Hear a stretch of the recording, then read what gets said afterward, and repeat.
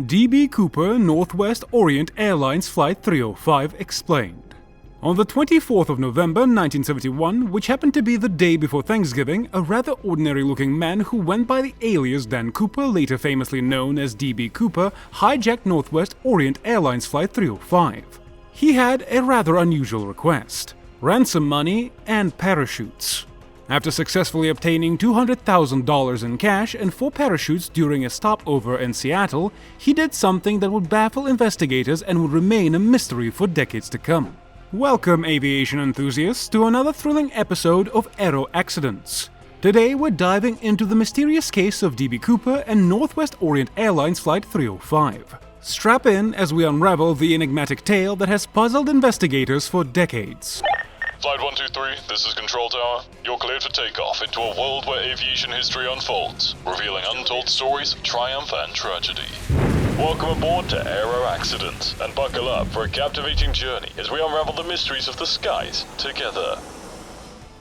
Flight details and the hijacking. In 1971, Northwest Orient Airlines Flight 305, a Boeing 727-100 with registration N46-7US, flew from Portland to Seattle with 37 passengers and 6 crew members. Remarkably, there were minimal security measures for domestic flights at the time, allowing passengers like Dan Cooper to bring potentially dangerous items on board. Cooper, posing as a middle-aged businessman, handed a note to a flight attendant, Florence Schaffner, revealing he had a bomb shortly after takeoff from Portland at 2:50 p.m. PST. Schaffner reluctantly followed Cooper's bomb threat, informing the captain. Cooper displayed what seemed to be a bomb and made more demands relayed by Schaffner to the cockpit. Captain Scott decided to cooperate. Schaffner took notes and Tina McLeod acted as a liaison. Cooper's demands expanded to money, parachutes, and fuel trucks in Seattle. He asked for $200,000 cash and 4 parachutes. The FBI coordinated with Seattle banks, obtained marked ransom money, and had the flight circle Puget Sound for 2 hours under a fake mechanical issue. Tina McLeod stayed with Cooper, who knew the area and chose Northwest Airlines for convenience. The FBI collected the ransom and parachutes as per Cooper's instructions. Arrival in Seattle. Around 5:24 p.m. PST, Captain Scott informed Cooper that the ransom money and the parachutes had arrived at the airport. He relayed this to Cooper, and at 5:46 p.m. PST, Flight 305 landed at Seattle-Tacoma Airport. Cooper had specific requests for where the plane should be parked, opting for a dimly lit runway away from the main terminal. Only Ali, an airline representative, approached the aircraft with the money and parachutes, dressed in civilian clothing to avoid looking like law enforcement. While passengers stayed seated, Flight Attendant McLeod left the plane to get the ransom money and handed it to Cooper, who inspected it carefully. McLeod made 3 trips outside to collect the parachutes. After ensuring passenger safety, only Cooper and the 6 crew members remained on board. Schaffner asked Cooper if she could retrieve her purse from behind his seat, and he agreed. Flight attendants Alice Hancock and Schaffner then left the plane. McLeod gave Cooper instructions for the parachutes, but he refused them. He got frustrated during the refueling delay and improvised a way to carry the money. Cooper didn't want to meet an FAA official and urged the crew to hurry.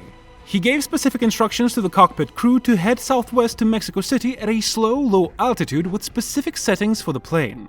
They needed to refuel in Nevada, and he insisted on taking off with the rear exit door open. Despite concerns, Cooper said, "It can be done, do it." He asked McLeod to stay on board to help him. Departure from Seattle. At approximately 7:40 p.m. PST, Flight 305 took off from Seattle with Cooper, McLeod, Captain Scott, First Officer Ratazak, and Flight Engineer Anderson on board. Shortly thereafter, 2 F-106 fighters and a T-33 trainer began following the aircraft at a safe distance. All 3 jets maintained S-flight patterns to stay behind the Boeing 727 and out of Cooper's view. Shortly after takeoff, Cooper instructed McLeod to lower the AFT staircase, but she expressed fear of being sucked out and requested a safety line. Cooper declined her request and ordered her to go to the cockpit, closing the curtain partition behind her. As she made her way to the cockpit, she glanced back and saw him tying the money bag around his waist. McLeod remained in the cockpit for the rest of the flight, making her the last person to see Cooper. Around 8 p.m., a cockpit warning indicated that the aft staircase has been deployed. The crew attempted to assist, but Cooper's response was a single word: no. The aircraft experienced a sudden upwards pitch near the Portland suburbs at around 8:13 p.m. With the staircase open, the flight crew remained in the cockpit. At approximately 11:02 p.m., Flight 305 landed at Reno Tahoe International Airport in Nevada. Law enforcement established a perimeter around the aircraft, but refrained from approaching it, suspecting that the hijacker and bomb might still be on board. Captain Scott conducted a thorough search of the cabin and confirmed that Cooper was no longer present. After extensive examination, the FBI bomb squad declared the cabin to be safe. Did you know, from many people's witness reports, D.B. Cooper's description sounded very similar to James Bond? Now, before we dig into the investigations of this puzzling case, take a moment to subscribe to our channel, Aero Accidents, and give us a thumbs up if you are ready to explore the world of aviation mysteries. Investigation. Following the safe landing of the aircraft in Reno, Nevada, the FBI launched a massive search operation, but D.B. Cooper was never found. Agents discovered Cooper's fingerprints, a tie clip, and 2 of the parachutes. They conducted interviews with eyewitnesses and created composite sketches. Local police and the FBI questioned various suspects, including a man with the name D.B. Cooper who was mistakenly linked to the hijacking. However, the pseudonym D.B. Cooper stuck due to a reporting error.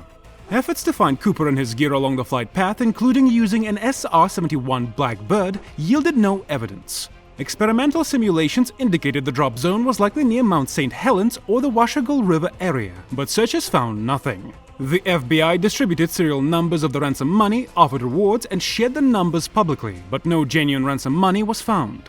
The insurer paid the ransom claim in 1975, and the investigation shifted towards the Washougal area due to inaccurate initial estimates. The FBI's pursuit of the D.B. Cooper case is one of the longest and most exhaustive investigations in history.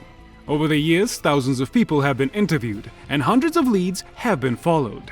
Yet the case remains unsolved. Theories about D.B. Cooper's fate. Numerous theories have emerged about what might have happened to D.B. Cooper.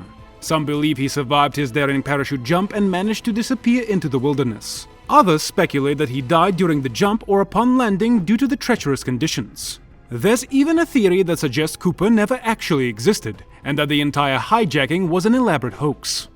The D.B. Cooper hijacking remains one of the most captivating mysteries in American history.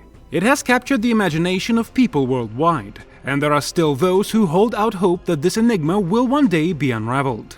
However, it's worth noting that the official investigation was suspended in 2016, making it the only unsolved case of air piracy in commercial aviation history. Aftermath and impact on aviation security.